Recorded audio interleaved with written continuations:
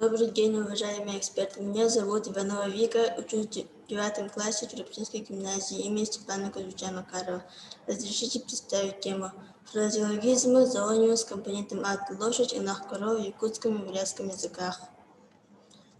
Фразеология представляет свой уникальный аспект языка, способный выразить мировосприятие, национальный характер и образ мышления. Цель работы – выявление структурно-семантических особенностей фразеологических единиц с компонентом зооним ат лошадь и нах корова в якутском и бурятском языках. Гипотеза работы. Определение семантических особенностей фразеологических единиц с компонентом зоонимом будет эффективным в случае, если, используя сравнительный метод, рассмотреть буквальный перевод и лексические значения с целью выявления менталитета национального характера якутского и бурятского народов.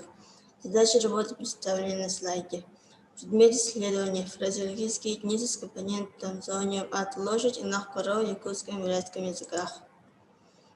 Методы исследования показаны на слайде. Материалом для исследования послужило 348 фразеологических единиц с зоонимом, которые были выделены путем сплошной выборки из словарей. Под фразеологические единицы в работе понимается устойчивая единица языка с переосмысленным значением. Зоонимы – это лексические единицы, которые являются прямыми наименованиями животных. Количество фразеологизмов зоонимов ат и нах в якутском и бурятском языках. Компонент зооним ат лошадь в якутском языке мы нашли 22 единиц. Марин лошадь в бурятском языке 44. Нах корова в якутском языке 21. Ухар корова в бурятском языке 14. Классификация фразеологических единиц с компонентом нах корова в якутском и бурятском языках.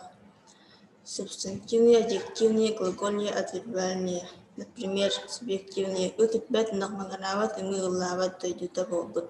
Ни одной живой души пустая необитаемая местность. Юхар шалгар, жан. Крупный лесной муравей, корова муравей.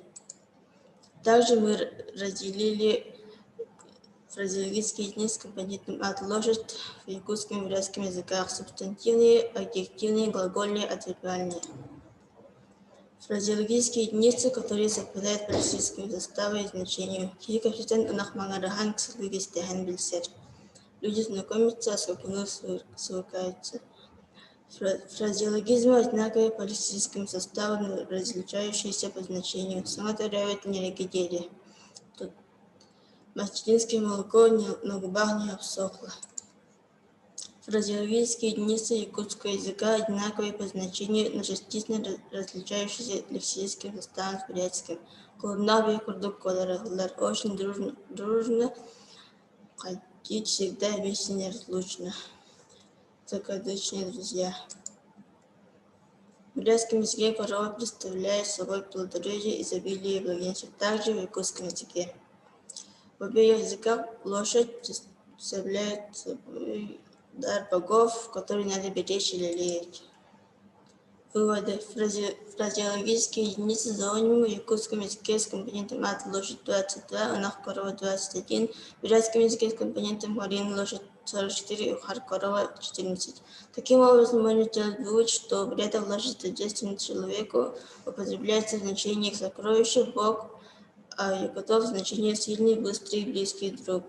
Фразеологизмы, связанные с компонентом нах корова в обоих языках, в основном обозначают характер человека.